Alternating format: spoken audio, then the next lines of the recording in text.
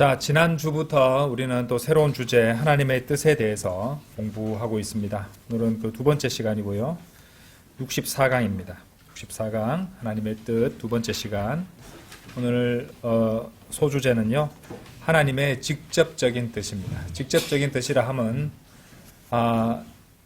이렇게 애매하거나 모호하거나 범위가 또 유동적이거나 상황에 따라 달리 적용할 수 있는 이런 것들이 아니라 직접적으로 하나님의 말씀에 구체적이고 명시적으로 주어진 말씀으로 우리 성도들이 하나님의 말씀에 그대로 순종해야 되는 그런 직접적인 뜻입니다. 당연히 하나님의 모든 뜻 안에 우리 그리스도인들은 거해야 되죠. 그래서 그 성경 기록을 통해서 구체적으로 명시적으로 주어져 있는 것들을 우리는 알고 이행해야 될 것입니다. 그래서 오늘 모든 것을 살펴볼 수는 없고요. 주요한 것들 위주로 명시적인 직접적인 하나님의 뜻을 살펴보고 우리가 이 말씀대로 살아가고 있는지 한번 돌이켜보고 또 바로잡는 그런 시간이 되었으면 합니다. 네, 제 64강 하나님의 뜻, 하나님의 직접적인 뜻에 대해서 공부하도록 하겠습니다. 첫 번째는 뭐니 해도 헌신이죠, 헌신. 우리가 이제 쉽게 이제 보통 쓰는 말로 헌신인데 우리가 이제 살펴볼 하나님의 말씀을 보시면은 우리 몸을 거룩하고 하나님께서 기꺼이 받으실 만한 살아있는 희생제물로 드리는 것입니다. 자, 로마서 11장 한번 열어보십시오. 로마서 11장 36절부터 로마서 12장 2절까지 읽도록 하겠습니다. 전체 이해를 돕기 위해서 11장 36절에서 로마서 12장 2절까지 제가 읽겠습니다.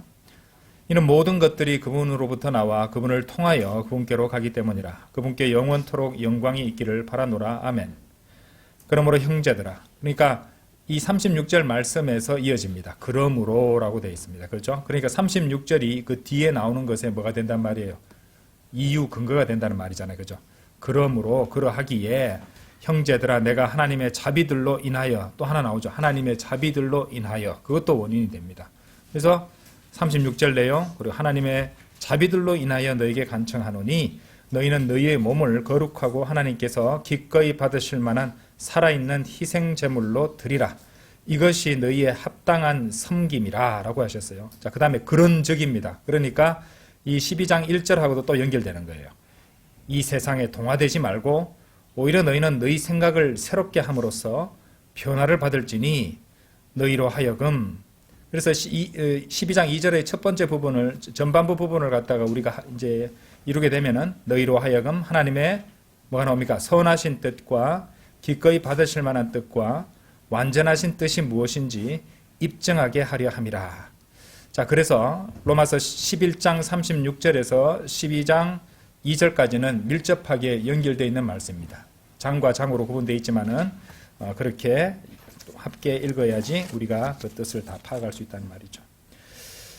사실 이제 우리가 방금 읽으신 이 본문 말씀에는요, 하나님의 뜻과 관련해서 그리스도인이 자신의 몸을 거룩하고 하나님께서 기꺼이 받으실 만한 살아있는 희생제물로 드려야 하는 이유, 쉽게 말해서 그리스도인이 헌신을 해야 하는 이유를 이제 잘 보여주는 말씀입니다. 그래서 이 이유들을 이제 이렇게 우리 한번 살펴보면서 하나님의 뜻을 갖다가 이제 공부해 볼 텐데, 먼저 여러분들이 아셔야 될 것은 이렇게 헌신을 하는 것이 구원받기 위해서 또는 구원을 유지하기 위해서 하는 것은 아니라는 것입니다. 예. 실제로 그렇게 생각하는 사람들도 있습니다. 기독교 교회는. 아니죠. 한 번 받은 구원은 믿음만으로 100% 믿음만으로 받는 것이고 그리스도의 믿음으로 받는 거잖아요. 그죠? 그리고 한 번 받은 구원은 영원히 보장이 됩니다. 예. 근데 이제 그리스도인이 헌신을 해야 되는 이유는 그것이 하나님의 뜻이고 그 외에 다른 이유들도 지금 여기 제시되어 있다는 것이죠. 그래서 헌신은 이제 구원을 받기 위해 유지하기 위해 하는 것이 아니라 구원받기 위해 하는 겁니다. 구원받았으므로 하는 것입니다. 그죠? 구원받았기에 하는 것이지 구원받기 위해서나 구원을 유지하기 위해서 하는 것은 다시 헌신이 아니다 이 말입니다. 우리가 왜 헌신을 해야 되는가? 우리가 우리 몸을 거룩하고 하나님께서 기꺼이 받으실 만한 살아있는 희생제물로 드려야 되는 첫 번째 이유는 아까 말씀드렸죠. 11장 36절에 나오죠. 모든 것이 그분으로부터 나와서 그분을 통해 그분께로 간다고 말씀하십니다. 이 말씀은 정말 대단한 말씀입니다. 예, 정말로 대단한 말씀입니다. 어디에서 나와서 어디를 통해서 어디로 가는가를 갖다가 다 보여주는 굉장히 크나큰 말씀입니다. 온천하 만물의 모든 것이 여러분 각자가 아닌 주 예수 그리스도를 통해서 주님께로 돌아가기 때문이다. 그리고 그 모든 것들은 또 오직 주님의 영광이라는 것을 보여주고 있다는 것이죠. 그런데 이제 세상에서 사는 사람들은 대다수는 어떤 생각을 하고 있냐면은, 자신이 자신의 어떤 육신을 통해서, 자신의 감각기관을 통해서 세상을 인지하고, 모든 것이 자신이 판단하기에 결정되는 것이고, 자신이 기뻐야 기쁜 것이고, 그죠? 자신의 만족대로 이루어져야지 그것이 옳은 것이고, 이런적으로 자기 본위적으로 생각하지만은 이 그리스도인들에게 이제 주어진 첫 번째 헌신의 이유로 첫 번째 주어진 이 말씀을 모든 것이 그분으로부터 나와 그분을 통해서 그분께로 간다는 것. 이것은 그냥 지나칠 말씀이 아니라 우리의 이 삶의 태도 자체를 갖다가 완전히 바꿔야 된다는 것을 그리스도인은 결국 이런 우리가 헌신 드릴 수밖에 없는 당연한 이유가 11장 36절에 분명히 제시되어 있다는 것입니다. 그래서 많은 것들과 연관이 되어 있습니다. 왜 이제 우리 기쁨이 사라져가고 있고, 왜 하나님께 감사들을 드리지 못하게 되고 있고, 왜 하나님의 약속을 붙잡지 못하는가? 이 11장 36절 말씀대로 아멘 하지 않기 때문입니다. 11장 36절 끝에 아멘이 있잖아요. 그죠? 아멘 하셔야 되는 거예요. 그래서 모든 것들이 그분으로부터 나와 그분을 통하여 그분께로 가는 것입니다. 시작과 과정과 끝을 성경은 분명히 보여주고 계시는 것이고, 이 말씀에 항상 아멘하고 있어야지 우리가 어지간한 일에도 흔들리지 않고 우리의 합당한 헌신을 할 수 있다는 말입니다. 자, 이것이 첫 번째 이유였습니다. 그렇죠? 그래서 기본적으로 그리스도인은 모든 것들을 주님께서 받은 것이라는 것을 인정하고 있어야 되고, 또 그 받은 것을 통해서 우리가 무슨 일을 하고 어떻게 하고 살든지 죽든지 모든 것을 주님의 기쁨과 주님의 기뻐하심과 주님의 영광을 위해서 해야 된다는 그 전제를 보여주고 계시는 말씀입니다. 그래서 이제 이것이 잘 자리 잡게 되면은 나한테 내 감정적으로는 굉장히 쓰라리고 힘든 일이지만은 그 상황에서 기뻐할 수 있는 그런 이제 이유들이 발견되기 시작합니다. 기뻐할 이유들을 발견하면 기뻐할 수 있잖아요, 그죠? 그래서 주님께서 기뻐하시면 설령 내가 나한테 불만이 되거나 나한테 쓰라릴지라도 주님께서 기뻐하시는 일이면은 나도 기쁘다. 이것은 또 나는 이렇게 전혀 영광을 받지 않고 사람이 영광을 받지 못하면 섭섭하게 되기도 하잖아요, 그죠? 주님의 영광이 올라갔으므로, 주님의 영광이 더해졌으므로, 그것 또한 나에게 크나큰 기쁨이다. 그렇죠? 자, 이런 것들을 생각을 하게 되면은 이런 성도는 주님께 헌신할 수밖에 없습니다. 그렇죠? 자, 두 번째 이유는 12장 1절에 나오고 있죠. 내가 하나님의 자비들로 인하여 너희에게 간청하노니, 그러니까 하나님께서 특히 우리 주 예수 그리스도를 통해서 우리에게 베풀어 주신 하나님의 자비들로 인함입니다. 그렇죠? 우리가 구원받아서 지금 숨쉬고 살아있는 그 자체, 우리가 누리는 것, 우리가 소유한 것, 우리가 어떤 주님께 도움이 되는 어떤 일이라도 할 수 있는 모든 것들이 결국 하나님의 자비와 은혜의 결과이고, 그것이 우리 그리스도인들에게 앞으로 어떻게 살아야 할 것인지를 또 보여주는 부분이 됩니다.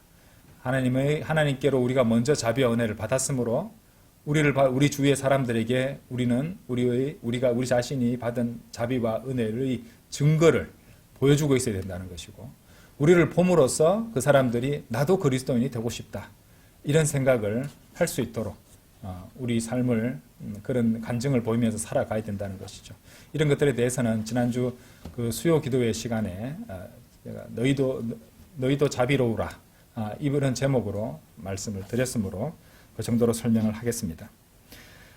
자, 헌신을 해야 하는 세 번째 이유는 바로 하나님의 선하신 뜻과 기꺼이 받으실 만한 뜻과 완전하신 뜻으로 인해 우리 각자의 몸을 살아있는 희생제물로 드려야 한다는 것이었죠. 그것이 하나님의 뜻이라는 것입니다. 그렇죠? 하나님의 뜻이고, 예. 하나님께서 우리에게 이미 자비를 베풀어 주셨고, 그죠? 예. 우리가 아직 죄인이었을 때 그리스도를 통해서 우리에게 하나님께서는 사랑을 드러내셨잖아요. 나타내셨잖아요.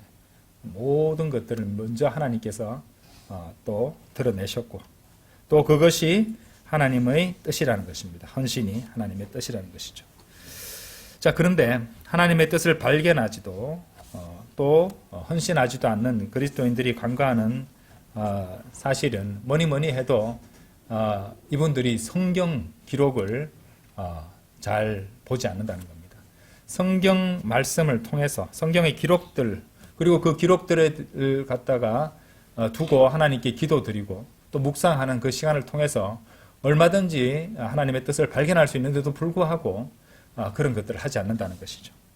예, 그것을 등한시 여기다 보면은요, 하나님 어느새 어느 순간 이제 보면은 그 사람은 하나님의 뜻과는 무관한 삶을 살아가고 있게 된다는 것입니다.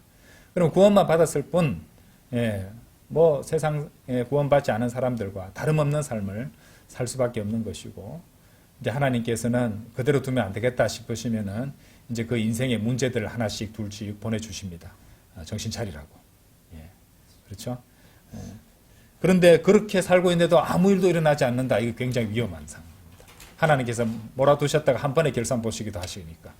그 사람에 맞춰서 하나님께서 가장 살살 이제 조금씩 찔러 주시다가 넌지시 암시하시다가 안 되면 회초리를 들어서 보여주시다가 아니면 직접 회초리를 내리치시다가, 예, 이런 식으로 다루신다는 것이죠.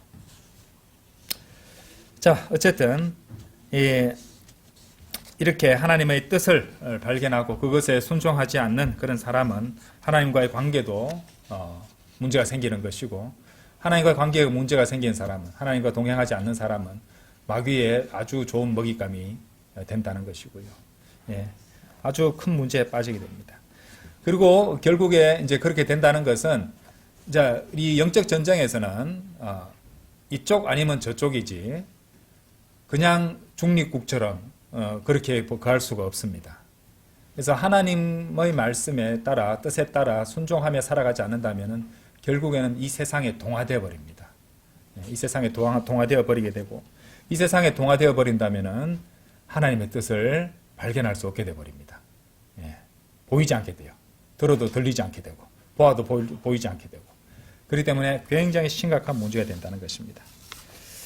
자, 그래서 아까 그 로마서 12장 2절에 보시면요, 이 말씀을 주신 이유가 있습니다. 그런즉 이 세상에 동화되지 말고 오히려 너희는 너희 생각을 새롭게 함으로써 변화를 받을지니, 이것이 선결 조건으로서 주신 것이에요. 이것을 먼저 충족시켜야만이 그 뒤에 하나님의 뜻을 알고 입증할 수 있게 됩니다. 그런데 이 세상과 동화된 사람들은요, 그 조건을 충족시키지 못했기 때문에 큰 문제가 생긴다는 것입니다. 첫 번째 선결 조건, 이 세상에 동화되지 않는 것이죠. 예, 세상에 동화되지 않고 물들어서 세상과 일치되는 것을 말하잖아요. 근데 그렇게 이제 되어 버리면은요, 이 세상에 신이 넣어주는 생각들과 판단들을 하게 됩니다. 그런데 그리스도인은 그래서는 안 되죠. 그리스도의 생각과 그리스도의 판단을 갖고 말씀에 합당한 판단을 해야 되는 것인데, 이 세상과 동화되어 버리면은 이 세상에 젖어들게 됩니다. 그렇기 때문에 마음의 변화를 받으라고 말씀하십니다. 마음의 변화는 그냥 이 세상에 아무것도 안 하고 살면 이 세상에 동화되게 되어 있습니다. 지금 이 세상 시스템이요. 예, 그래서 적극적으로 싸워서 지키고 변화하지 않으면은 어느 순간에 보면은 그대로 물들어 버리기 십상이라는 것입니다. 그래서 변화를 말씀하시는 것입니다. 자, 이렇게 해서 세상과 동화되지 않고 또 마음의 변화를 이루어내지 않는다면, 그 마음의 변화를 이렇게 이루는 방법은 간단합니다. 하나님의 말씀 읽고 묵상하고 공부하고 또 성경적인 설교들을 계속 듣고 그것을 계속 생각하고 실행함으로써 이제 마음속에서 일어나는 판단과 생각의 이 사이클이 바른 사이클에서 계속 돌아가고 하고 있어야 되는데, 이것을 멈춰버리게 되면 다른 것들이 들어오기 시작한다는 겁니다. 그래서 그렇게 이해하시면은 여러분들이 잘 판단할 수 있을 것입니다. 자, 우리가 이제 그리스도인의 세 가지 대적에 대해서 말씀을 드리는데, 이 세상과 또 마귀와 세상과 육신, 이 세 가지잖아요. 그것처럼 이제 세상에 동화된다는 것은 뭡니까? 결국에는 전쟁을 수행하다가 그것으로 그냥 투항해서, 그것과 내통하고 있거나 협력을 하게 된다는 그런 것을 말하고 있잖아요. 그러면 굉장히 심각한 영적으로 굉장히 심각한 상태에 빠지게 된다는 것입니다. 한 가지 예를 들겠습니다. 세상에 동화되지 않는 것. 자, 우리가 복음을 전하고 설교하고 선포하고 복음 전도지를 나누고 거리에서 그렇게 할 때 세상 사람들에게 우리가 이제 선포하는 내용은 뭐냐면요. 세상은 하나님 앞에 죄인이고 정죄받았고 이대로 가다가는 심판을 받게 되므로 하나님께로 돌이켜 회개하고 예수 그리스도를 갖다가 자신의 구원자로 믿고 받아들여서 구원받으라라는 메시지를 전달하는 거잖아요. 그런데 세상 사람들이 일단 그런 메시지를 갖다가 듣게 되면은 다 싫어합니다. 다 싫어합니다. 아니 나는 모범 시민으로 살아가고 있고 남한테 해가 되는 일은 전혀 하지 않고 나는 어떤 종교도 다 존중해주고 포용하고 배려하는 사람이고 그렇게 잘 살고 있는데 나보고 죄인이라니 저런 광신도들을 봤나 저런 독선적인 말을 갖다가 하다니 그러면서 이것은 인류 전체에 대한 모독이다. 뭐 이런 식으로 사람들이 생각을 하고 얼굴 표정에 보면 드러납니다. 경멸하는 표정. 많이 보셨죠? 경멸하는 표정. 그리고 어린 애들까지도 부모들의 영향을 받아가지고 조롱하고 가는 애들이 있습니다. 걔들은 더 용감하게 조롱하죠. 그죠? 뭐 전도지 잘 접어서 구원받으라고 그렇게 전해주고 갔는데 눈앞에서 쪽쪽 찢어가지고 날리고 가는 놈도 있고 다 주세요 가다 저 앞에서 보는 데서 툭 던져버리는 놈들도 있고 마음이 아프죠. 그런 애들을 보면은. 자, 그런데 이런 사람들, 이런 분위기를 통해서 이제 그렇게 되면은 누가 그런 것을 마음 편하게 좋아하고 즐기겠습니까? 우리 바이블 빌리버들도 나가지만은. 그런데 그 사람들을 이해한다고 그 사람 생각에 동화돼 버리면은 우리는 복음 전할 필요가 없어져 버립니다. 그렇죠? 이제 그런 게 동화되지 않은 게 그런 겁니다. 하나님의 말씀은 그들이 듣든지 뭐 말든지 그만두든지 간에 복음을 전하라고 하셨고, 그죠? 또 하나님께서 모든 사람이 구원을 받고 진리에 구원을 받게 하고 또 진리의 지식에 이르게 하기를 원하시기 때문에 우리가 그 말씀에 순종해서 그렇게 하는 것이다.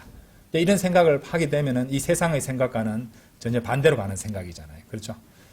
그래서 우리는 그런 생각을 그런 세상적 관점과 판단에 동화되지 말고 성경적 기준에 성경의 명령에 따른 영적이고 말씀의 바탕을 둔 생각과 관점과 또 사고로 우리의 마음을 변화시켜야 된다는 것이죠. 마음의 생각을 지속적으로 변화시켜야 된다는 것이죠. 오히려 그것이 하나님의 뜻이고 그것은 하나님께서 그렇게 될 것이라고 이미 성경 말씀해 주셨으므로 당연한 것이다. 새삼스럽게 놀랄 것도 없다. 그래서 뭐 누가 와서 막 모욕을 받거나 이런 때 할지라도 그건 주님을 위해서 내가 죄를 지어서 모욕받은 게 아니잖아요. 그죠? 주님을 위해서 일하다 받은 것은 그래서 훈장이라고 말씀드린 거예요. 상을 하나 더 받았구나. 그래서 이렇게 이 세상과 동화되지 않고 그렇죠? 마음의 변화를 받게 되는 사람들은 이런 사고를 하고 있게 되면은 이제 그런 바른 마음가짐으로 성경 말씀을 읽기 때문에 이제 하나님의 뜻을 발견하기가 더욱 용이해진다는 겁니다. 그런데 마음의 자세가 그렇게 바뀌어져 있으면은 꽉 세상적으로 돼 있으면은 말씀을 봐도 그냥 지나가는 겁니다. 글자들로서 그냥 정보들로서 지나가는 거예요. 정보가 여러분들에게 감동을 주지 않잖아요. 그죠?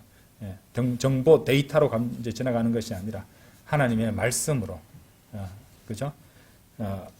그리고 말씀 우리 모든 것들을 갖다 분별하고 가르치는 이 성령의 검으로서 우리가 받아들일 수 있다는 것입니다. 자, 그래서 이 하나님의 뜻에 따라서 우리가 헌신해야 된다는 것인데 로마서 12장 2절에는 이 세 가지 뜻이 나오네요. 자, 세 가지 뜻인데 어떻게 보면은 이제 이것들이 단계적으로 영적인 생명과 영적인 이제 그러니까 그 한 그리스도인의 어떤 영적인 성숙도라 할까요? 사람마다 단계가 다릅니다. 그렇죠? 그래서 이제 이렇게 제가 말씀드린 것은 육신적 나이는 많아도 영적으로는 베이비일 수 있잖아요. 그렇죠? 이런 것들을 우리가 생각을 해야 되는데 역시 여기에서도 하나님의 뜻에도 자, 선하신 뜻, 기꺼이 받으실 만한 뜻, 완전하신 뜻 이런 이렇게 성숙도에 따른 단계들로 주어져 있습니다. 예. 자, 이런 것들에서 이제 처음에 나오는 두 가지는 이제 뭐 그분의 허용하신 뜻하고도 연관이 있는 그런 뜻이라고도 볼 수 있습니다.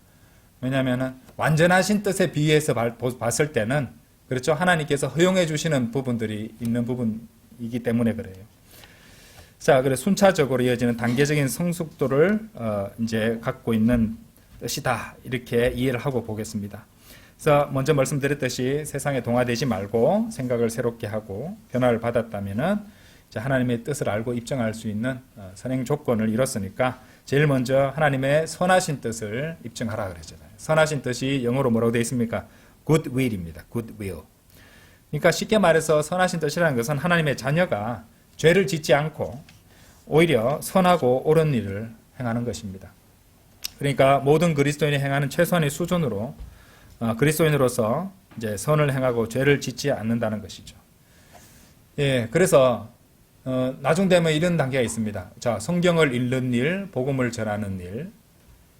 복음을 전할 때에 성경을 읽을 수 있다. 성경을 읽는 일도 선한 일입니다. 그렇죠? 복음을 전하는 일도 선한 일입니다.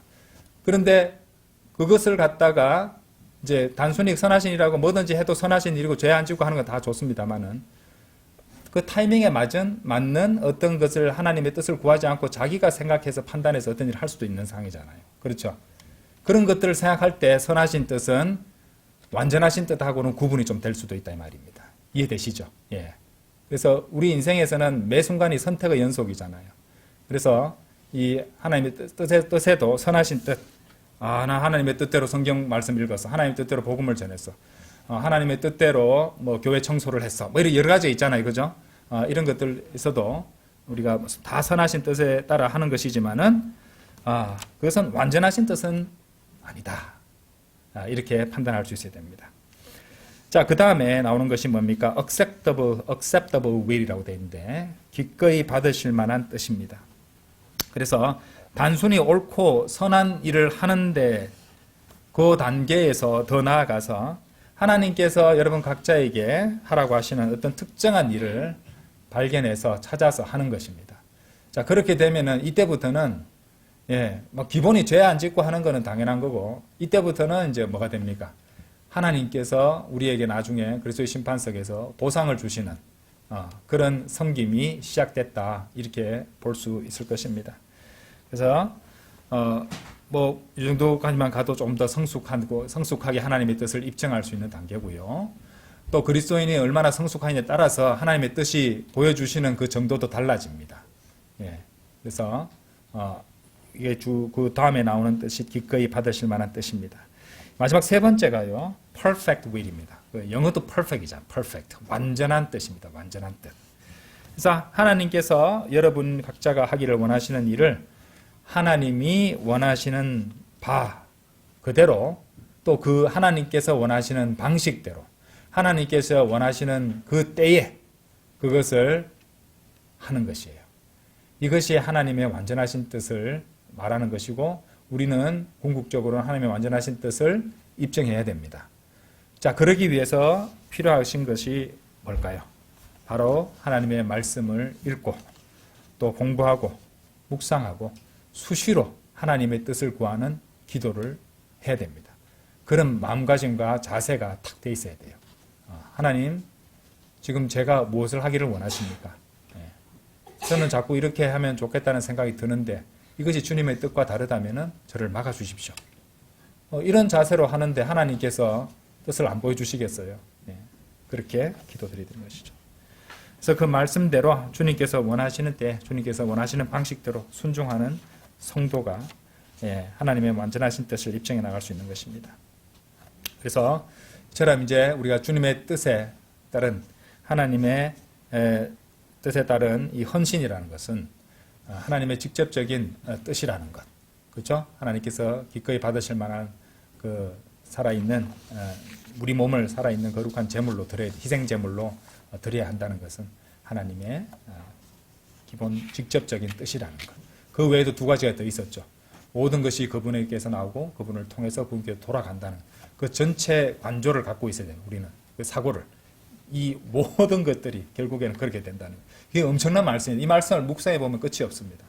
영원에서 영원으로 다 있거든요. 이 말씀이라는 것은. 그 다음에 뭐니 해도 또 하나님께서 먼저 우리에게 사랑을 먼저 보여주셨다는 겁니다. 자비를 먼저 베풀어 주셨다는 것이죠. 그렇죠?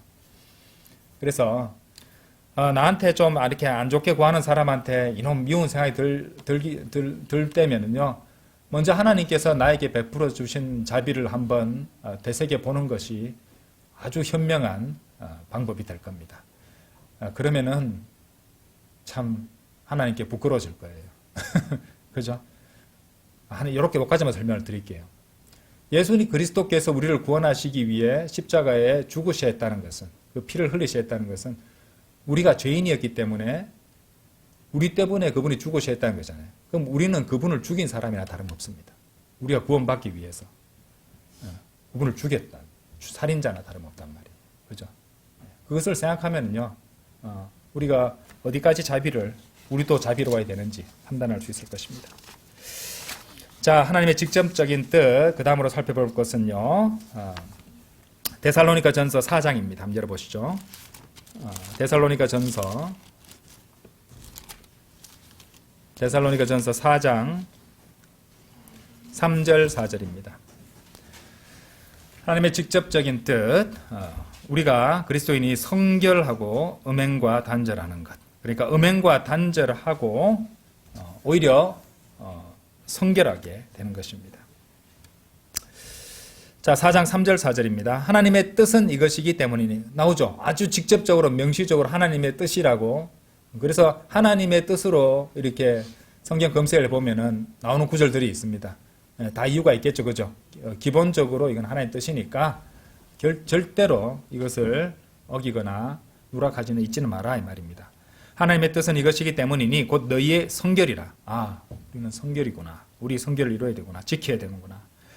이는 너희로 하여금 음행을 단절하게 하려 하며 너희 가운데 있는 모든 자마다 어떻게 자신의 그릇을 성결과 종기 가운데서 소유하는지 알게 하려 함이며. 자, 요 4절까지만 보겠는데요. 이 하나님의 뜻 분명히 나왔습니다. 애매한 것이 전혀 없는 직접적인 뜻으로 주시고 있습니다. 그러니까 우리가 이제 성결하고 음행과 단절하는 것이죠. 자, 이 말씀이 중요한 이유가 있습니다. 특히 오늘날에 중요하죠. 오늘날의 세상은 참으로 타락하고 음란한 곳이 세상이 되어버렸기 때문입니다. 그리고 이 음행이라는 것은 오전에도 설교할 때 많이 언급됐지만은 주로 성적인 것과 연관이 되어 있는데 우리는 그런 것들로부터 완전히 단절해야 되고 또 이제 단순히 이렇게 세상을 살아갈 때 그런 것들과 단절하는 것에서 멈추는 것이 아니라 적극적으로 그 반대의 것들을 적극적으로 추구하고 붙잡고 행하고 있어야 된다는 것입니다. 성결을 지키고 추구하며 살아가야 된다는 것이죠.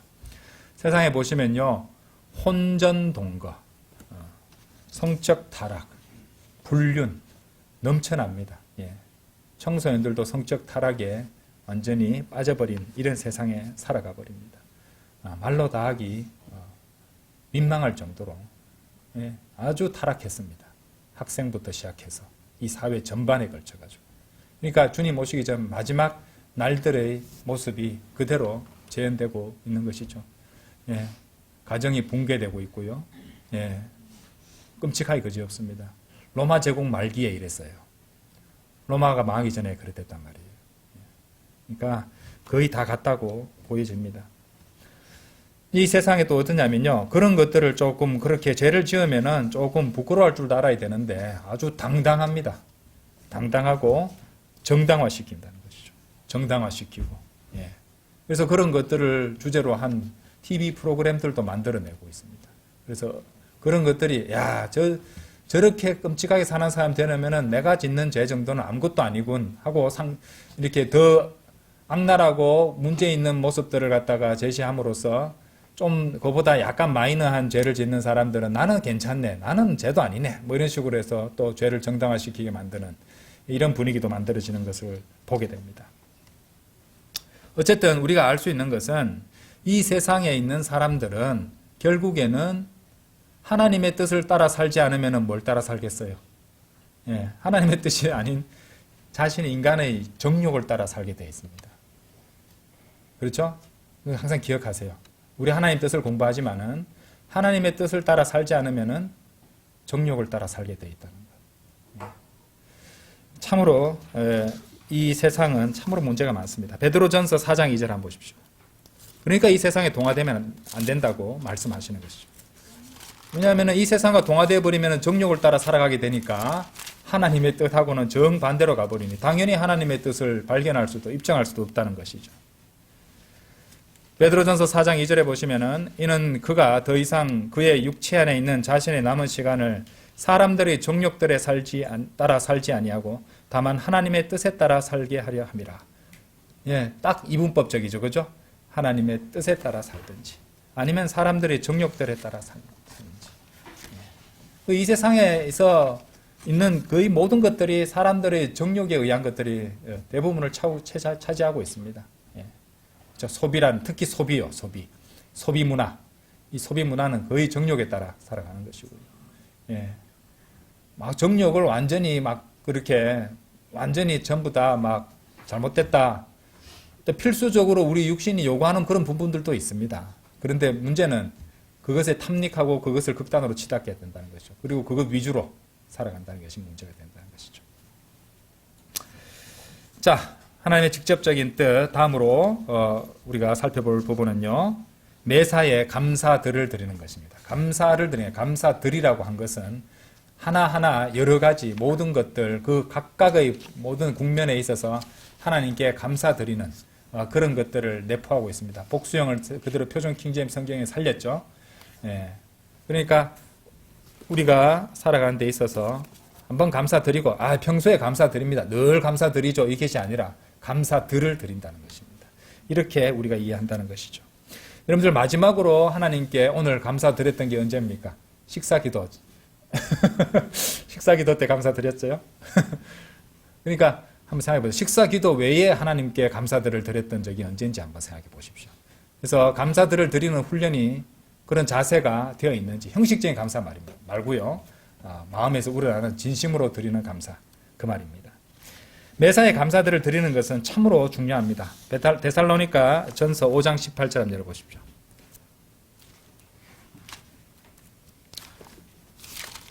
데살로니가 전서 5장 18절.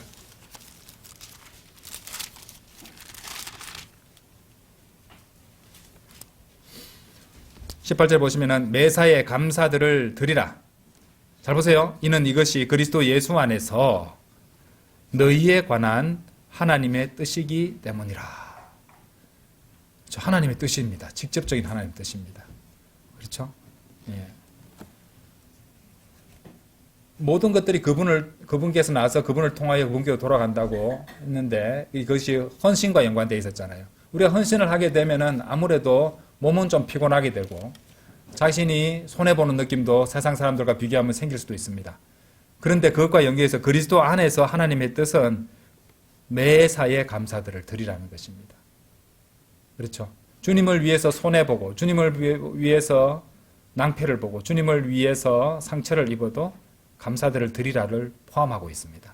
나한테 좋은 일만 생기고 내 필요를 채워주셔서 감사들을 드리는 것이 아니라 나한테 부족해지고 내가 생각하기에 내 육신이 아우성을 칠 정도로 부족하고 불만족스러운데도 감사들을 드리라를 포함하고 있는 말씀입니다. 이것은 굉장히 중요한 명령입니다. 그런데 이토록 중요한 명령을 이렇게 중요한 것을 많은 성도들이 간과하고 있어요. 여러분들은 마음의 화평과 즐거움과 기쁨을 상실한 이유가 무엇이라고 생각합니다? 저는 감사들을 드리지 않기 때문에 그렇다고 생각합니다. 마음이 즐거워야 감사드리지. 아니요. 감사들을 드려야지 기쁨과 화평이 찾아옵니다. 거꾸로 안 하셨어요. 이때까지 나는 내 마음이 만족될 때만 감사들을 갖다 드리려고 마음을 하고 있었기 때문에 감사들을 드리지 않았던 것입니다. 그리고 왜 감사들을 그렇게 감사드릴 마음이 준비가 되지 않았냐면은 하나님을 기쁘시게 해드리기 위해서는 자신을 기쁘게 하기 위해서 살려는 그런 생활 방식을 유지했기 때문에 그럴 것입니다.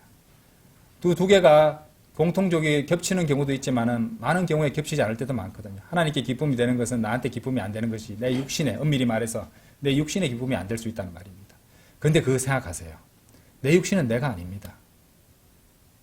육신 안에 있는 나지. 그러니까 육신은, 나의 육신적 자아는 죽었어요. 그것은 내가 아닙니다. 그렇게 생각하면 어때요? 그건 내가 아니라니까요. 네. 그러면 그게 나지. 내 몸이 좀 이상해 할 때, 나는 기분이 좀 이상해. 그거는 내 육신적 기분이니까 나의 기분이 아니잖아요. 이 정도까지 생각을 하셔야 됩니다. 예. 근데 많은 사람들이 육신적 자아를 자신과 동일시하니까 불만이 생기는 거예요. 문제가. 아니에요. 내 육신적 자아는 내가 아니에요. 내 육신 안에 있는 나의 혼은 육신과 어떻게 됐어요? 영적 할례를 통해서 분리됐잖아요. 그러니까 육신이 아우성쳐도 그거는 내가 아니라니까요. 이런 간주를 하세요. 생각을 하셔야 돼요. 근데 보통 우리는 생활 습관이, 언어 습관이 어떻게 되냐면은, 내 기분이 안 좋아. 내 몸이 안 좋아. 내가 피곤해. 아니지. 내 몸이 피곤한 거죠. 그죠? 그러니까 몸이 피곤한 거잖아요. 그건 내가 아니라니까요. 자, 궁극적으로 이 정도 단계까지 가셔야 됩니다. 예. 그러니까 자꾸 혼돈이 되는 겁니다. 좀 유체 이탈 화법 같은가요? 근데 궁극적으로는 그 성경에서 말씀하시는 바가 그겁니다. 예. 그래서 이것이 좀 도움이 되길 바랍니다. 이런 사고를 하는 것이 도움이 됩니다. 확실히. 예. 자, 그래서 인생에 어떤 일이 일어난다 할지라도 하나님께 우리는 감사를 드려야 됩니다. 매 순간에. 설령 하나님께 두들겨 맞고 징계를 받는다고 해도 하나님께 감사를 드려야 됩니다. 왜 그러냐? 히브리서 12장 가보십시오. 히브리서 12장. 한 대 두드려 맞고 너무 아파가 눈물이 막 나고 있는데 어떻게 하나님께 감사를 드릴 수 있어요? 우리 애들 잘못했을 때 손바닥 때리는데 부모님한테 감사 드리는 애들 잘 없죠, 그죠? 예. 그런데 자 12장 10절 보세요. 이는 그들이 진실로 그들 자신들이 기뻐하는 대로 우리를 며칠 동안 징계하였으나 그분께서는 우리의 유익을 위하여 징계하셨기 때문에 우리의 유익을 위하여 징계하셨기 때문이라 말합니다. 우리로 하여금 그분의 거룩함의 동참자들이 되게 하려 하십니다. 자, 이것을 안다면은 성숙한 그리스도인이라면은 한 대 두드려 맞고 있어도 주님께 감사들을 드릴 이유를 찾을 수 있을 것입니다. 그렇죠? 물론 육신이 두드려 맞았기 때문에 감사들을 드릴 육신적 기분은 안 될 것이에요. 그런데 이것을 우리는 감사하고 우리가 이 영적인 측면에서 보고 그렇게 판단이 하게 되면은 은근히 우리를 갖다가 우리 안에서부터 쫙 퍼져 나오는 화평과 감사를 느낄 수 있다는 것입니다. 주님께서 나를 그만큼 소중하게 생각하시고 사랑하시니까 나를 바로잡아 주시려고 나의 영적인 유익을 위해서 이렇게 직접 수고해 주셨구나. 감사합니다. 이런 것이죠. 그렇죠? 그러되면 어떻게 되는가? 11절에 보세요. 지금 당장은 어떤 징계도 즐거워 보이지 않고, 육신적으로 봤을 때 그렇습니다. 오히려 비통해 보이지만, 그렇죠? 성령님은 다 알고 계시네요. 그렇죠? 그 다음 보세요. 그럼에도 불구하고 그것은 이후에 징계로 훈련된 자들에게 화평한 의의 열매를 맺느니라. 자, 그런 기분은 좀 있으면 사라집니다. 그렇죠? 근데 결국에는 그것을 통해서 우리가 받게 되는 귀한 어떤 유익들을 발견하기 때문에 화평한 의의 열매를 맺게 된다는 것입니다. 그래서 바로 잡히게 되고 화평과 함께 살아갈 수 있게 되고 또 귀한 열매로 주님께 영광을 더해 드릴 수 있게 된다는 것이죠. 그래서 감사들을 드릴 수 있다는 것입니다. 자, 그래서 하나님께 두들겨 맞고 있는 그 징계 상황에까지 감사들을 드려야 한다면 우리는 매사에 주님께 감사들을 드릴 수 있어야 되겠습니다. 그렇죠? 감사들을 드릴 나의 육신적으로 만족된 상황만을 찾지 마시고 그리스도의 생각으로 그 관점에서 바라보게 되면요 감사들을 드릴 부분이 너무도 많아질 겁니다. 그렇게 감사들을 드리다 보면은 그 성도는 어떤 상황에서도 흔들리지 않고 또 화평을 그죠 폭풍 속에서 흔들리지 않고 고요하게 이제 거할 수 있는 그런 화평을 누릴 수 있다는 말입니다. 그렇죠? 그래서 항상 주님께 구할 때도 그렇게 하세요. 주님 이렇게 됐으면 좋겠습니다. 저는 이것을 간절히 바라곤 합니다. 그렇게 할 수도 있습니다. 그런데 주님의 뜻대로 되게 해주시고 주님의 뜻이 제가 바라는 것이 아니라 할지라도 그것에 순복하고 주님께 감사들을 드릴 수 있도록 주님 깨우쳐 주시고 인도해 주십시오. 그렇게 기도하는 것이 좀 더 성숙한 기도라고 할 수 있겠고 그것이 그 사람에게 더 낫습니다. 나는 내가 봤을 때 당장 이렇게 되는 게 제일 좋다고 생각하지만은 우리 미래를 주관하시고 보시는 하나님께는 그것이 우리한테 독이 된다고 판단하시니까 그렇게 하신 것이거든요. 그걸 인정하셔야 되는 것입니다. 그래서 감사들을 드리되 진심으로 마음에서 우러나와 형식적으로 그런 것이 아니라 진심으로 정직한 마음으로 감사들을 드려야 합니다. 그리고 한 번의 감사가 아니라 감사들을 드려야 됩니다. 늘 감사들을 드려야 된다는 것이죠. 자, 하나님의 직접적인 뜻 다음으로 보실 부분은요. 바르게 행하는 것입니다. 당연한 거죠. 바르게 행하는 것은 당연히 하나님의 뜻이죠. 그렇죠? 아까도 말씀드렸지만 그것 오해하지 마십시오. 구원을 받기 위해서 바르게 행하는 것도 아니고 구원을 유지하기 위해서 바르게 행하는 것이 아니고 그렇죠? 우리가 이제 성경에서 발견할 수 있는 것은 바르게 행하는 것은 당연히 우리 그리스도인이 합당하게 해야 될 것이지만은 사실 우리의 구원을 위한 것이 아니라 우리를 바라보는 사람들의 구원을 위한 것이라고도 말할 수 있습니다. 우리를 바라보는 사람들에게 드러내는 우리의 간증, 우리의 증거를 위함이라고 말씀드렸어요. 그리고 간증과 증거를 통해서 우리를 바라보는 사람들이 구원을 받을 수 있다면 그건 주님께 영광이 되는 일이고 주님께 기뻐하시면 된다는 것입니다. 아시겠어요? 자, 때때로 우리는 명백한 죄는 아니라 할지라도 우리 그리스도인은 바이블 빌리버라면 이런 일을 하지 않습니다. 근데 성경에 어디 나와 있냐? 구체적으로 그런 것은 찾을 수 없는 항목들이 되기도 할 것입니다. 하지만 그럴 때 보여주는 말씀이 바로 베드로전서 2장 15절입니다. 한번 열어보십시오. 이 말씀이 무서운 말씀이에요.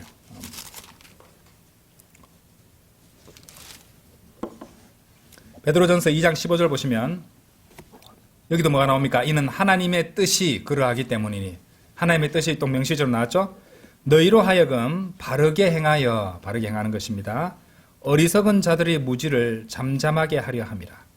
구체적으로 하나님의 뜻이 바로 이렇게 나오고 있습니다. 무엇이냐?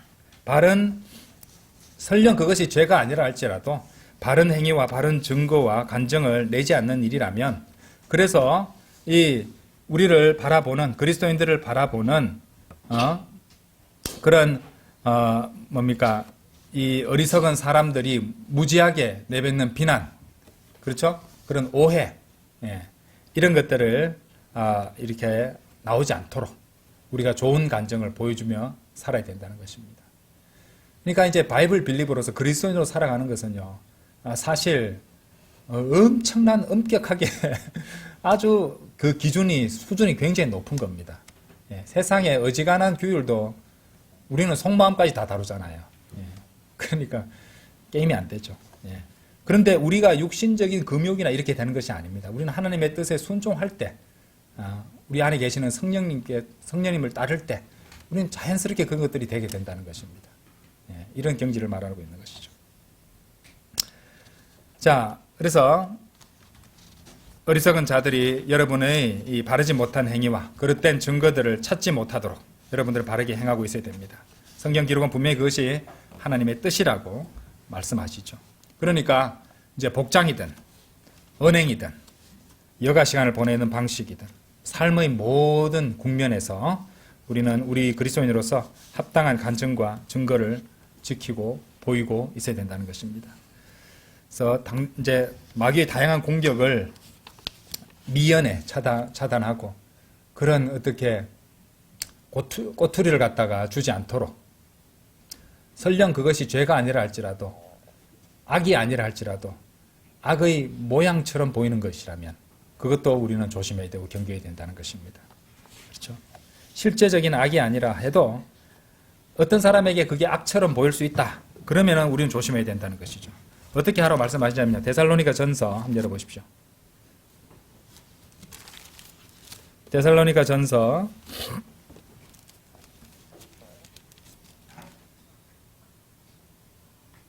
5장 22절. 많이 보셨던 말씀이죠.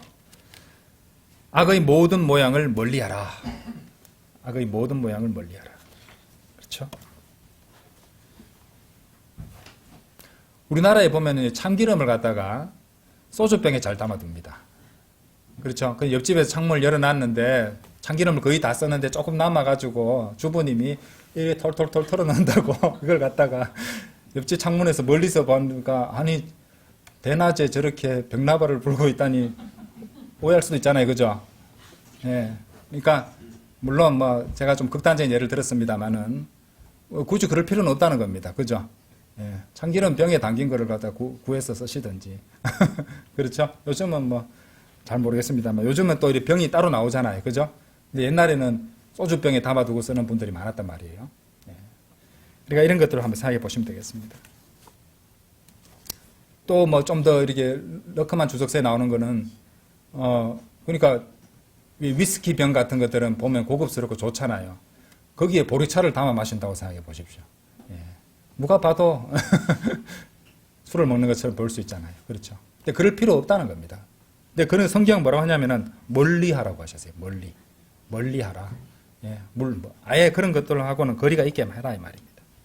다른 사람으로 하여금 내가 그런 것에 대해서 적극적으로 멀리하고 있다는 것, 내가 오해를 받을 그런 경지가 있으면은 그것까지도 피하고 싶다는 것, 예.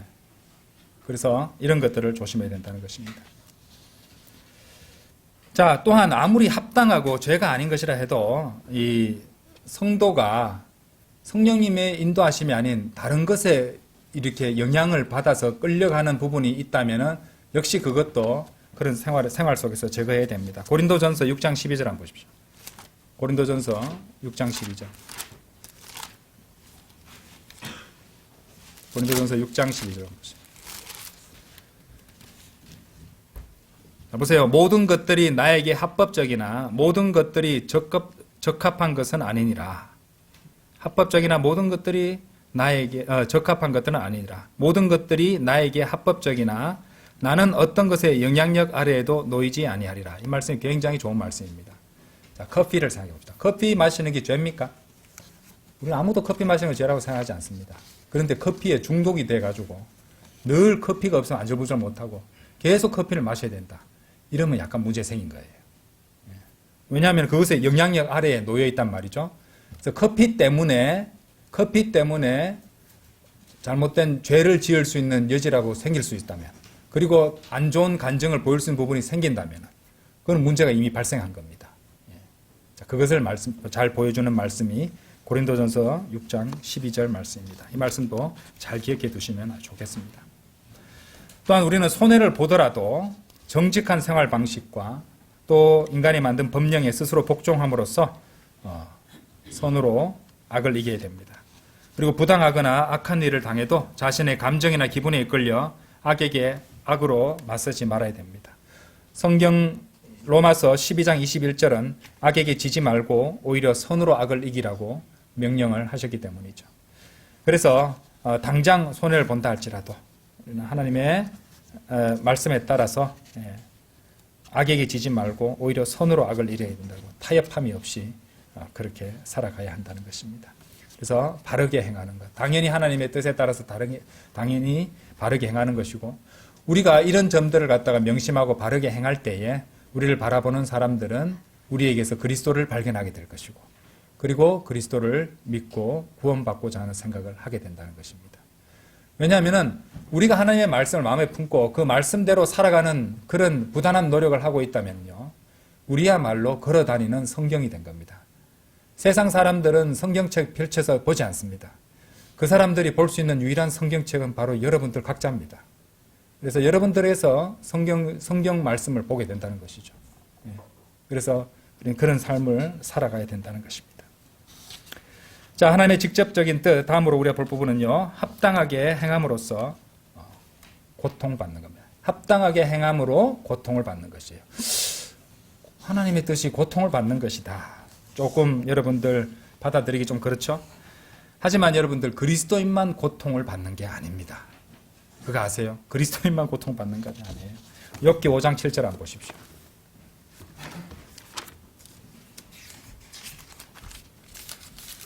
욥기 5장 7절.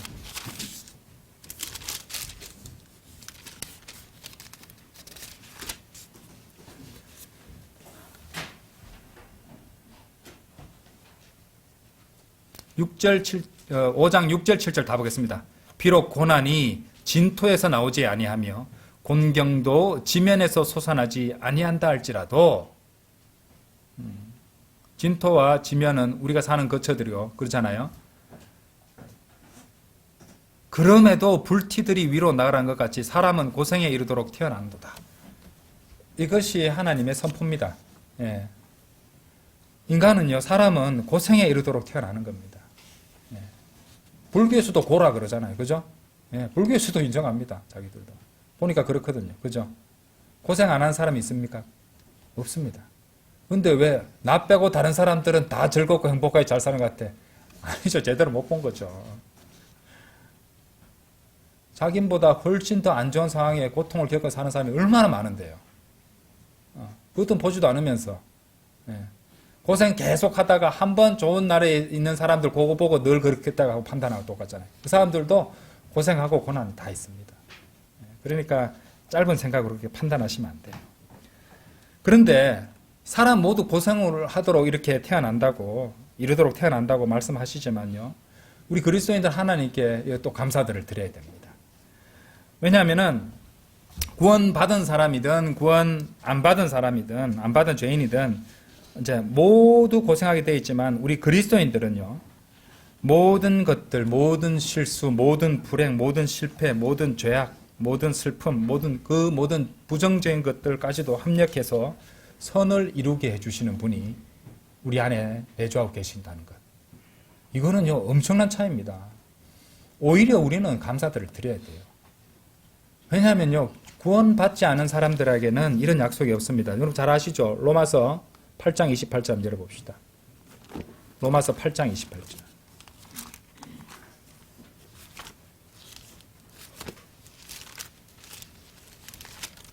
로마서 8장 28절. 그런즉 우리가 알거니와 하나님을 사랑하는 자들에게, 곧 그분의 목적대로 부르심을 받은 자들에게는 모든 것들이 합력하여 선을 이루느니라. 하나님께서 이렇게 말씀해 두셨어요. 근데 죄인들이 이런 약속 받았습니까? 죄인들은 이런 약속이 없이 그야말로 외줄타기처럼 살아가고 있는 거예요, 이제 삶을. 근데 우리는 이 약속을, 굳건한 약속을 받고 살아간다는 겁니다. 훨씬 더 나은 상태에 있다는 걸 모르시는 거예요, 지금. 죄인을 시기할 필요가 없습니다. 죄인을 시기할 이유가 뭐가 있습니까? 죄인들에게는 이런 약속이 없다니까요. 그렇죠? 자, 어쨌든 이 세상에 태어나는 것이 고생에 이르도록 태어나는 것입니다. 그리고 죄 때문에 이 세상은 온갖 문제들과 슬픔과 고통들이 아주 넘쳐나게 되어 있습니다. 자, 그런데 우리도, 그리스도인들도 역시 고생과 고난과 고통을 받게 됩니다. 그런데 많은 경우에 있어서 이 죄로 인해서 고통받는 사람들이 많아요, 세상에는. 근데 그리스도인은 적어도 그렇게 돼서는 안 된다는 것이죠. 그렇죠? 예. 자신의 죄로 그렇게 고통당할 것은 안 된다, 이 말입니다. 물론 우리는 다른 사람의 죄 때문에 영향을 받을 수도 있습니다. 예. 그런데 적어도 자신의 죄로 고통을 받을 일은 없어야 된다는 것이죠. 만일 그래서 고통을 받아야 한다면 악하게 행하는 것이 아닌 뭐로요? 바르게 행하는 것으로, 주님을 위해 살다가 고통을 받는 것이 더 낫다, 이 말입니다. 그것이 그리고 뭐라고요? 하나님의 뜻이라는 것입니다. 그렇죠? 하나님의 뜻이다. 자, 베드로전서 3장 17절 한번 보세요. 베드로전서 3장 17절에 보시면,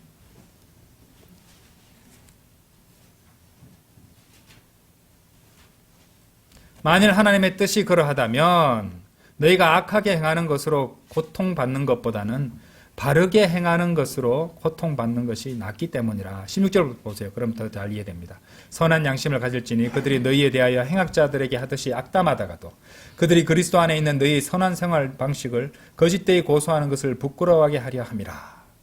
우리가 바른 간증을 보여주는 되는 이유가 바로 여기 있죠. 만일 하나님의 뜻이 그러하다면 너희가 악하게 행하는 것으로 고통받는 것보다는 바르게 행하는 것으로 고통받는 것이 더 낫기 때문이다. 그렇죠? 고통을 받아도 그렇게 받으라는 말입니다. 베드로전서 4장 19절도 보세요. 4장 19절 한 장 넘겨서 이러한 이유로 하나님의 뜻에 따라 고통받는 자들은 나오죠. 그죠? 고통받는 게 하나님의 뜻에 따라서 고통받는 자들은 바르게 행하는 것. 잘 행하면서 그 고통받는다고 해서 막 흔들리고 그러지 말고, 예? 우리가 기분 안 좋은 일이 생기거나 하면은 이제 죄를 기웃거리기 쉽습니다. 네. 그래서 잘 행하면서 오히려 어떻게 돼요? 그분께 곧 진실하신 창조주께 자신들이 혼들을 지키도록 맡길지니라. 주님을 더욱더 신뢰하란 말입니다. 네. 그것이 하나님의 뜻입니다. 자, 하나님의 직접적인 뜻 역시 뭐니 해도 모든 사람이 구원을 받게 하여 진리의 지식에 이르게 하는 것입니다. 그렇죠? 무엇보다 하나님의 뜻은 모든 사람들을 하나님께서는 모든 사람들을 구원받게 하시기를 원하십니다. 그리고 또 진리의 지식에 이르기를 원하십니다. 하나님의 뜻대로 하나님의 아들을 자신들이 구원자로 받아들이게 하시기를 원하시고요. 그리고 또 거기서 머물지 않아하고 진리의 지식에 이르게 하기를 또 원하신다는 것이죠. 그리고 자, 디모데전서 2장 4절 잘 아시는지 한번 열어보겠습니다. 디모데전서 2장 4절 그분께서는 모든 사람을 구원받게 하기를 원하시고 또 진리의 지식에 이르게 하기를 원하시느니라. 그래서 이제 2장 4절에 보시면 영어를 보시면 have라는 동사를 썼어요. Have all men to be saved and to come unto the knowledge of the truth 이렇게 되어 있거든요. 그죠? have는 하게 만들다, 누구한테 시켜서 뭐뭐 하게 하다 이런 뜻을 가진 사역동사거든요. 그러니까 하나님께서 그 일을 누구한테 위임하실까요? 바로 여러분들입니다. 그렇죠? 여러분들이 복음을 전하고 또 여러분들이 말씀을 나눠서 공부하고 성숙해서 또 다른 사람을 가르칠 수도 있고, 그렇죠? 왜? 하나님께서는 이미 말씀을 주셨으니까. 그렇죠? 그래서 하나님께서 성경 교사들도 주시잖아요. 그렇죠? 복음 선포자들 주시잖아요. 그렇죠? 그것도 하나님께서 주신 그 각 사람에 있는 성령님 그리고 하나님의 말씀 이것으로 다 할 수 있습니다. 그렇죠? 그래서 그것을 통해서 그렇게 하기를 원하신다는 것입니다. 베드로후서 3장 9절도 한번 보십시오. 하나님의 뜻 나옵니다. 베드로후서 3장 9절. 3장 9절에도 하나님의 뜻이란 말은 없잖아요. 아니죠. 9절에 보시면 주께서는 하고 제일 끝에 단어 보십시오. 원하시는도다. 그렇죠? 그게 하나님의 뜻입니다. 그렇죠? 주께서는 어떤 사람들이 더디다고 여기는 것처럼 그분의 약속에 관하여 더디신 것이 아니라 오직 우리를 향하여 오래 참으시어 아무도 멸망하지 않고 다만 모두가 회개에 이르기를 원하시는도다. 우리 그리스도인들이 살기에 참 이 세상에 안 좋은 것들을 보고 너무 실망하고 너무 이제 그런 데서 신음하며 사는 것이 괴로울 때는 어서 주님 빨리 오셨으면 좋겠습니다 라고 본인만 생각하는 것인데 어떻게 보면은, 왜냐하면 주님이 원하시는 것은 아직까지 참고 계시는 이유는 아무도 멸망하지 아니하고 다만 모두가 회개에 이르기를 원하시기 때문에 그렇게 주님께서는 또 참고, 아니 그것을 갖다가 제일 견딜 수 없는 분 주님 아니세요? 네, 완벽하게 거룩하신 분인데 그러신 그분께서 그렇게 참고 계시는 것은 그분의 사랑 또한 그만큼 완전하기 때문에, 그렇게 자비 또한 완전하기 때문에 그렇게 참으시고 있다는 겁니다. 그렇죠? 예. 이런 것들을 보면은 하나님의 뜻이 얼마나 강력한 것인지, 조금의 죄도 견딜 수 없는 분이 이 세상에 그 추악하고 더럽고 사악한 것들을 보시고 지금도 참으실 수 있는 것은 그분이 사람들이 불쌍한 죄인들이 구원받는 것을 얼마나 간절히 원하고 계신가를 또 보여주는 그런 대목이라고 생각합니다. 자, 그래서 우리는 오늘 여러 가지 몇 가지를 살펴봤습니다. 하나님의 뜻을 성경 말씀 찾아보면 또 직접된 뜻을 많이 발견하실 수 있을 것입니다. 그런데 쉽게 찾을 수 있는 것들만 살펴봐도 우리가 어떻게 살아야 할 것인지 여러분들에게 생각이 설 것이라고 확신합니다. 자, 우리는 주님께 늘 기도드리죠. 빌립보서 4장 6절 한번 들어보세요. 빌립보서 4장 6절.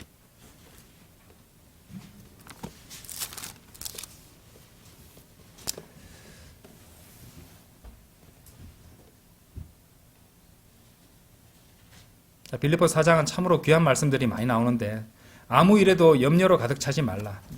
다만 매사에 기도와 간구로 감사들을 드리면서 너희 요청들이 하나님께 알려지게 하라라고 말씀하셨습니다. 그래서 우리는 감사들을 드리면서 우리의 요청들을 하나님께 아릴 수 있습니다. 그런데 우리가 기도할 때 뭐 여러 가지를 갖다가 놓고 기도할 수 있죠. 병의 치유라든지 결혼이라든지 매매라든지 이사라든지 직업을 갖는 일이라든지 진학이라든지 사역의 지원이라든지 일상의 업무들을 수행하는 일이라든지 모든 삶의 국면에 있어서 우리들은 주님께 기도를 하게 되어 있습니다. 기도를 드릴 때 우리는 하나님의 뜻을 먼저 구하는 그런 자세가 되어 있어야 돼요. 하나님의 구하는. 직접적인 뜻을 수행하고 이제 개인적인 부분으로 우리가 넘어가야 되잖아요. 그렇죠? 예. 그래서 그 연결고리로서 제가 말씀드리는 거예요. 하나님의 직접적인 뜻을 우리는 발견했다면 그대로 수행하며 그것이 우리의 개개인의 삶의 국면에 있어서도 하나님의 뜻을 먼저 높여드리는 습관을 들이고 있어야 된다는 겁니다. 그게 현명한 자세예요. 예. 시행착오를 줄이는 방법입니다. 예. 꼭 이제 똥인지 된장인지 먹어보고 결정할 필요는 없잖아요. 그죠? 냄새만 맡아도 알잖아요. 예. 그러니까 한때 바른 원칙에 따라서 하는 것이 좋습니다. 기도 제목을 두고 여러 가지 기도 제목을 두고 기도할 때도 그 구하는 그 모든 것들에 대한 하나님의 뜻도 같이 구해 보십시오. 하나님의 직접적인 뜻대로 수행하면서도. 그렇죠? 그래서 필요로 한 것, 원하는 것, 주님께 구하는 것, 요청하는 것 모든 것들에 관한 하나님의 뜻을 먼저 구하십시오. 무엇에 관한 것이든지 또는 어떤 사람에 대한 것이든지. 혹시 이제 이 강의를 듣는 분이 이제 그 기독교인이라서 스스로를 기독교인이라고 소개하는 사람이라면은 이 성경과 성경과 출석 교회의 문제에 있어서는 더더욱 주님께 간절히 구해야 됩니다. 제가 왜 이 말씀 드리는가 아시겠죠? 예. 그러니까 변개되어 있는 하나님의 말씀을 온전히 살리지 않은 그런 성경을 붙잡고 또 말씀대로 실행하지 않는 교회에 그렇게 다니고 있단 말은 많은 손해를 보는 겁니다. 어쩌면 다 잃을 수도 있어요. 구원도 이루지 못할 수도 있습니다. 한번 생각해 보세요. 평생을 주님을 섬긴다고 살았는데 눈을 떠보니 지옥이라는 것. 평생을 주님 섬겼다고 생각했는데 그리스도의 심판석에서 다 타버리고 아무것도 없다는 것. 그거 끔찍한 일 아닙니까? 그죠? 그러니까 더더욱 왜냐하면 그 사람은 하나님의 뜻을 갖다 적극적으로 구하지 않았다는 그런 이유가 있다는 것이죠. 그래서 하나님 주님을 섬기는 데 있어서 주님의 뜻을 구하는 것은 필수적입니다. 그리고 가장 우선순위로 둬야 된다는 것이죠. 그래서 그리스도인은 어떤 결정을 내려야 할 때 반드시 주님의 뜻을 구해야 됩니다. 그리고 살다가 그리스도인이 모든 인생에서 승승장구하지 않습니다. 브레이크도 잡히게 되고 난관이라든지 장애물이나 넘어질 때도 있을 것입니다. 장애물을 만나기도 하고 넘어질 때도 있을 것이에요. 그러면요, 비탄에 빠지거나 실망하지 말고 먼저 주님의 뜻을 먼저 구해 보십시오. 주님의 뜻을 주님께서는 어떠한 것도 모든 것을 주관하시는데 이것을 나에게 허락하시거나 아니면 의도적으로 이것을 보내셨다는 말이잖아요. 그럼 주님, 제가 어리석어서 뜻을 잘 모르니 주님 뜻을 좀 가르쳐 주십시오라고 구하는 겁니다. 그러면은 주님께서 가르쳐 주신다는 것이죠.